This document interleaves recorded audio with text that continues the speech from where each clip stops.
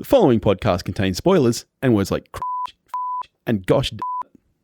Mate, did we watch a thing this week? Yeah, we did.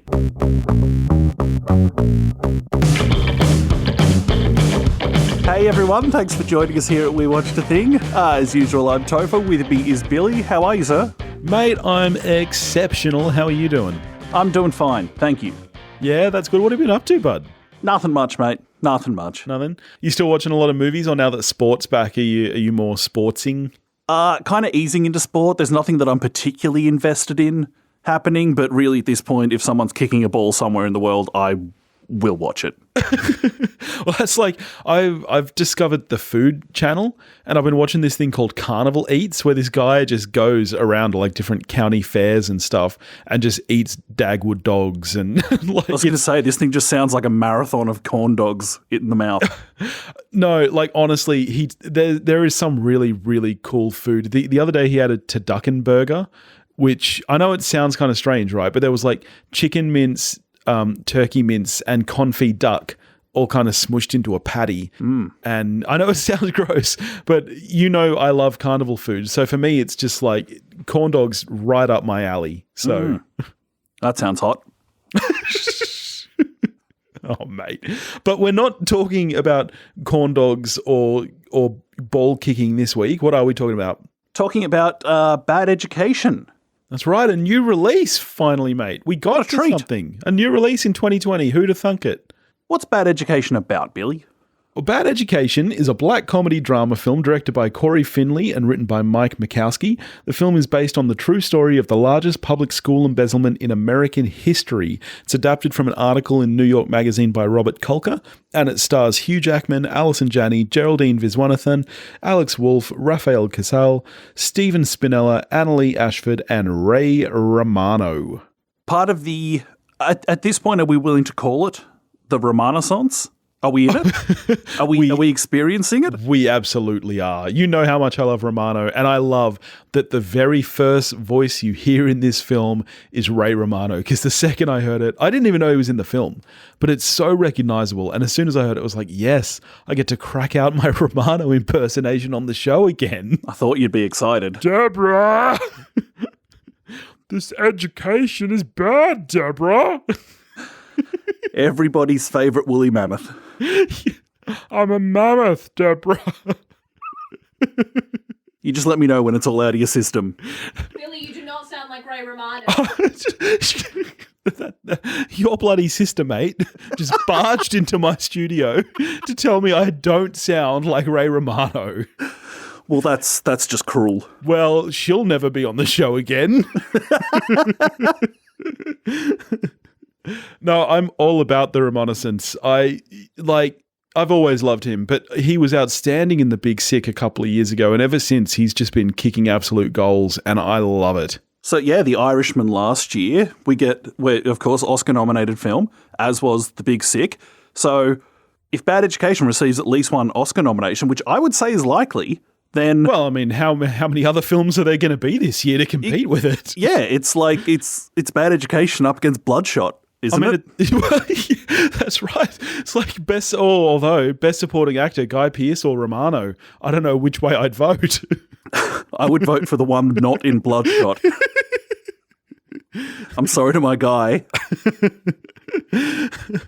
Yeah, but he really deserves an award for dating the enemy, so... We need the retrospective He Oscars. just needs a career award. The first thing we hear is Ray Romano's voice in an opening to this film, which I really dig, where he's introducing Frank, who is Hugh Jackman's character, and he's coming out to an audience which is just the local community at the high school. But it's like it's a rock star introduction. It's the kind of the muted version of Bradley Cooper coming out in A Star Is Born. Yeah, absolutely. And I love, you think about the juxtaposition of the scene, of the way that he is so immaculately preparing for this, like in a middle school bathroom, like the care he is taking, how much of a rock star he really believes he is. And the very first shot of the film is actually the football stadium. And at that point, when you're hearing Ray Romano's Bulldogs. voice, yeah, well, do you reckon that there's an American school out there that doesn't have the Bulldogs as their mascot? Because if TV and film has taught me anything, it's all Bulldogs. Because the Dillon Panthers aren't real, so we scratch them off the list. The rest of the Bulldogs, as far as TV and movies have taught me. But yeah, I really love the way that it then scales down from there. Because when you hear Ray Romano talking, you see that stadium, you're kind of expecting big things. And then by the time he walks out into this school auditorium, after you've seen kind of the janitor walking through these empty halls as he's preparing in this bathroom, it really does. It puts you in this state, and it's a really smart opening to the film. It's good because it feeds the audience a bit of information just through Romano's introduction, but also it's just a great introduction to the character who, my word, thinks the world of himself. He does, and it's funny. The film is interesting in that if I was to ask you whose point of view is this film from, do you think you would have an answer? I would, but that answer might change depending on when in the film you asked me. Yeah, and I think that to me is both the film's biggest positive as well as its curse, is that there are times in the film where I feel like it doesn't really know exactly what it's doing. And there are times, particularly, we'll get to it, but I think the chemistry between Jackman and Janney is so good that when Allison Janney's character completely drops out of the film, you do feel it. And there's a big shift about halfway through there where it does kind of turn. But I would say for the most part, it's from Jackman's perspective. And as you say, this intro really tells you a lot about who this guy is, to the point where you don't think about it at the time. But later on in the film, he has a fantasy which is very similar to this opening, and it almost makes you wonder how much of this even was being built up in his head. Yeah, I totally bang on in regards to Allison Janney, who, as you know, I think is just a living treasure, and in anything that Janney is in, I'm going to want her to be on screen more because I'm in love with her. Yes. And their dynamic is great when they're on screen together. And in the opening minutes of this film, their first couple of scenes, it almost said I thought I was probably watching almost a two-hander. Yep. At that point, and was really not prepared to lose my queen Allison Janney for the second half of the film.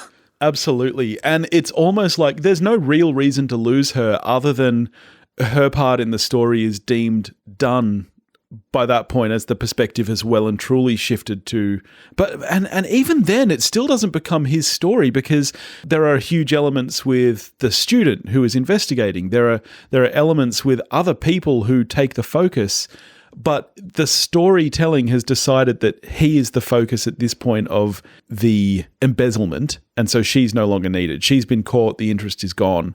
And it's a real shame because, yeah, I would have liked to have seen more of them handling this together. Because the film, interestingly, like you think of most films of this nature, they start at the start. Usually they show you the rise and the fall. It starts with, how did this embezzlement begin? Was this something they had planned? Did it just kind of happen? And then you see it fall apart.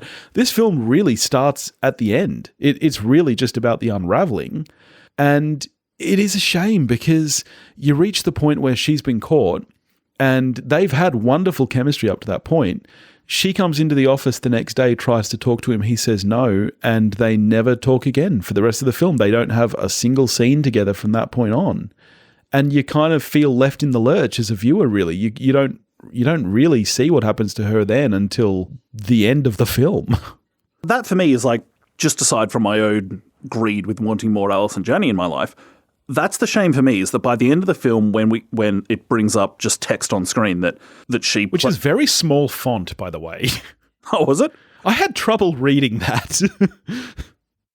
I don't recall struggling with it, but okay. Good note. Okay, Mr. Good Vision over here. Okay, 2020 over here. By the time we find out that she pled guilty, there's no way for us to know, okay, was that just because that was going to be the least amount of trouble she was going to get into? Yeah. Or had this character grown in some way and there'd been, some sort of catharsis? Like, we just don't know. Yeah. Back to Hugh Jackman. Yes. And getting back to Hugh Jackman, I've probably gone on about my love for Allison Janney enough.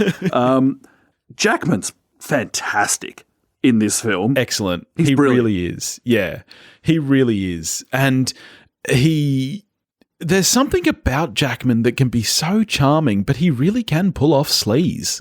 Well, yeah, so this is, for me, kind of an interesting companion piece to probably the last Jackman film I saw, or The Frontrunner, where he's gotten to this point in his career where he's known as such a likable person that he can now use that persona to flip our expectations with the characters he's playing.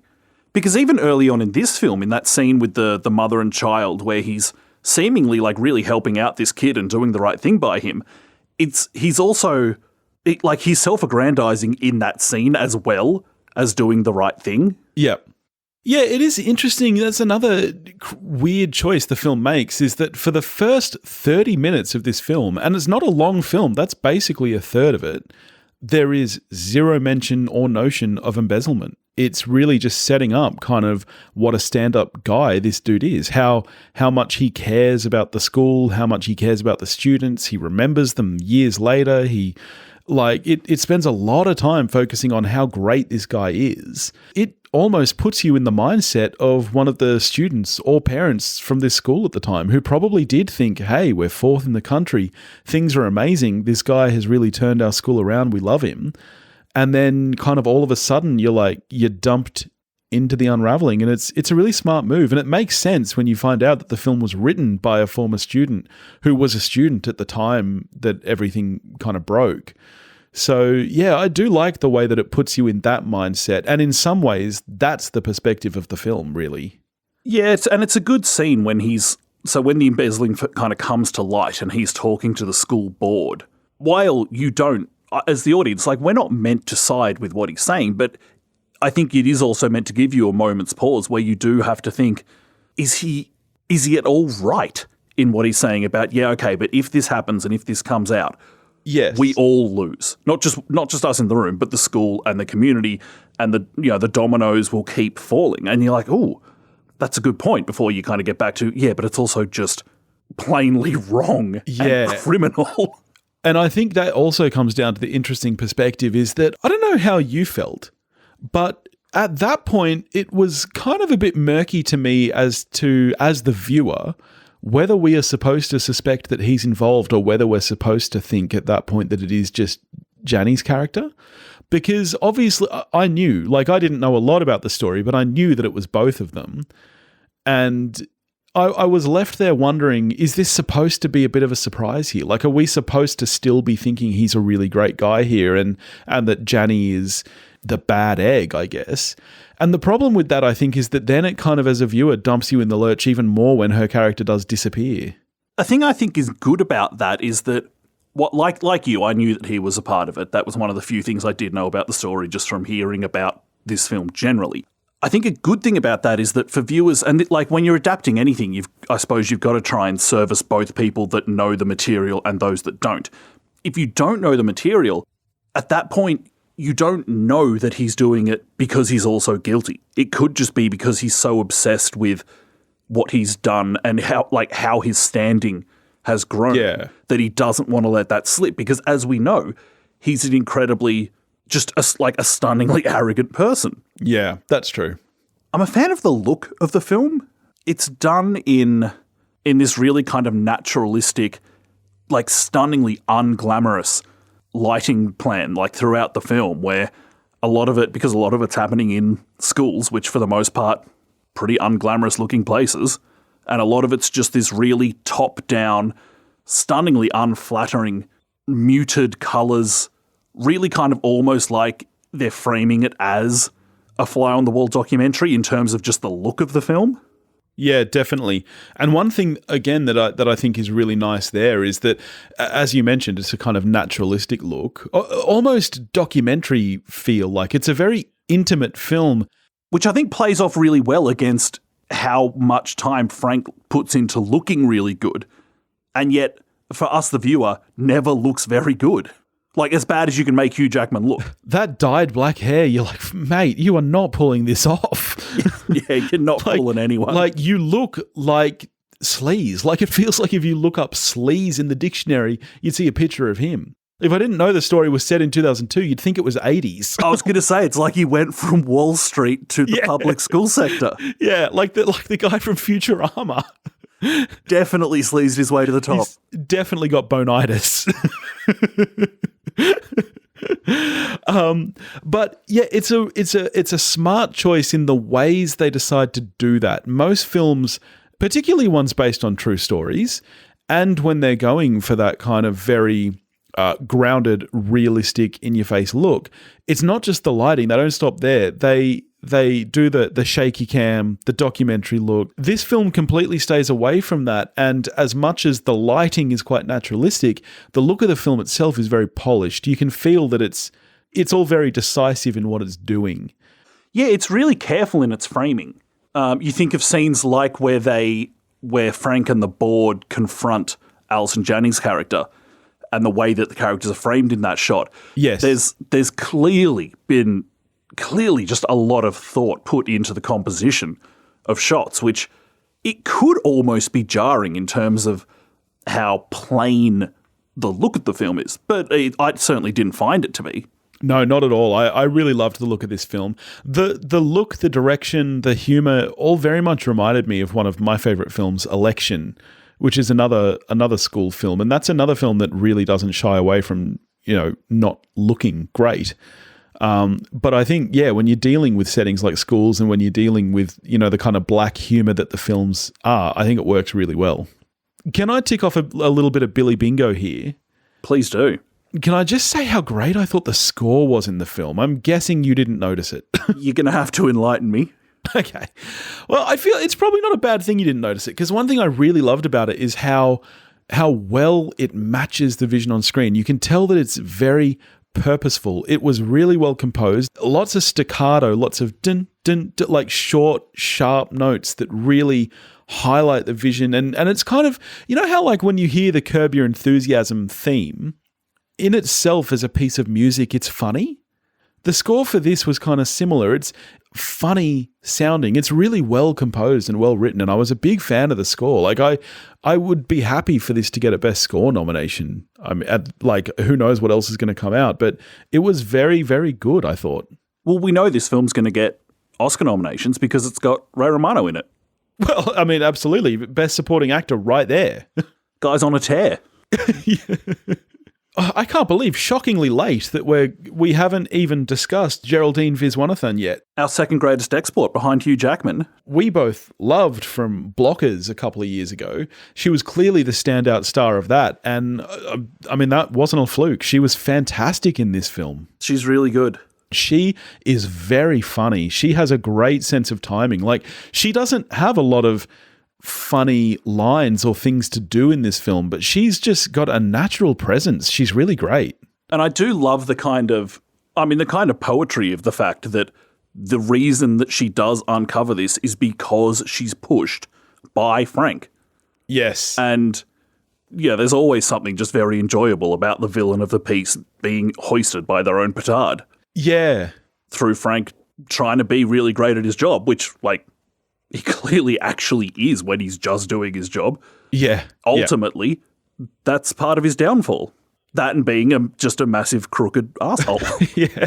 And to me, that again is one of the shames of the film and the way it shifts perspective is I don't think it really pays enough attention to that moment or that arc of the story, which, as you say, is really quite powerful. And that scene is great. And the moment he gives that advice, you as a viewer are already going, oh, well, that's his downfall. She's discovering this. And I do kind of wish that it had given a little bit more play to that, I think.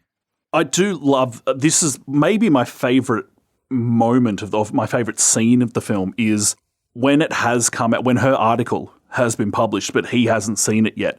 And we have the Steadicam shot where we walk into school with him. We find out as Frank finds out that something's happened. Why are these people looking at me? What the shit is going on? Yeah. And he's so arrogant that he still doesn't put it together. That's it. He starts off the day, coffee in hand, as entitled as ever. Yeah. And then what the shit is going on? It's a great moment. Yeah. So it sounds like we're both, on the whole, positive. How are you scoring this? Yeah, I enjoyed this film. There's very little about it I dislike. I thought maybe after an hour I was like, okay, well now this story needs to go somewhere. I thought it got mildly bogged with when he started going to Vegas, and I mean, and as you said, it's not a long run time. I wasn't like totally into every minute, but like I'm nitpicking there because most of this film I really enjoyed. Strong 7 out of 10. Yeah. I really, really struggle with my scoring of this one because I'm the same on a surface level. I'm like, I almost want to go an 8, even a hard 8, because I do think that what's good here is really, really good. The cast is so strong. The writing and production is great.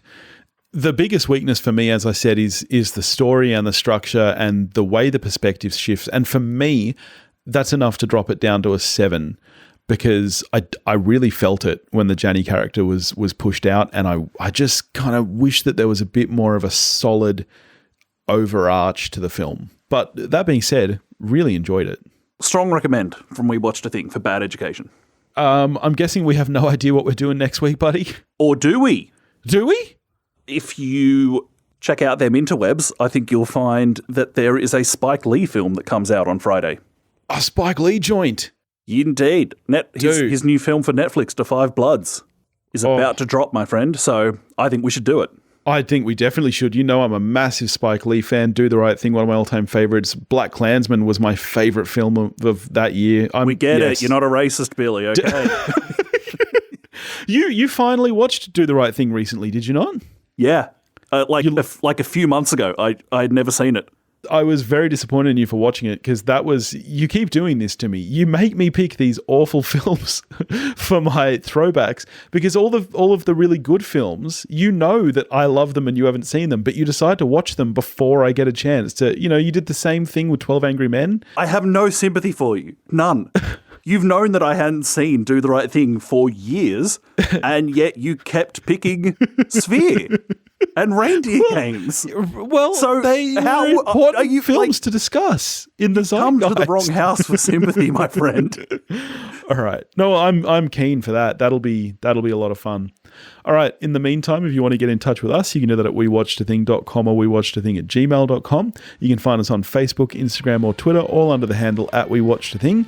If you want to help support the show, you can get bonus episodes and early access to episodes and all that kind of junk. You can do that at patreon.com/wewatchedathing, and we'll catch you next week. Watch a movie, folks.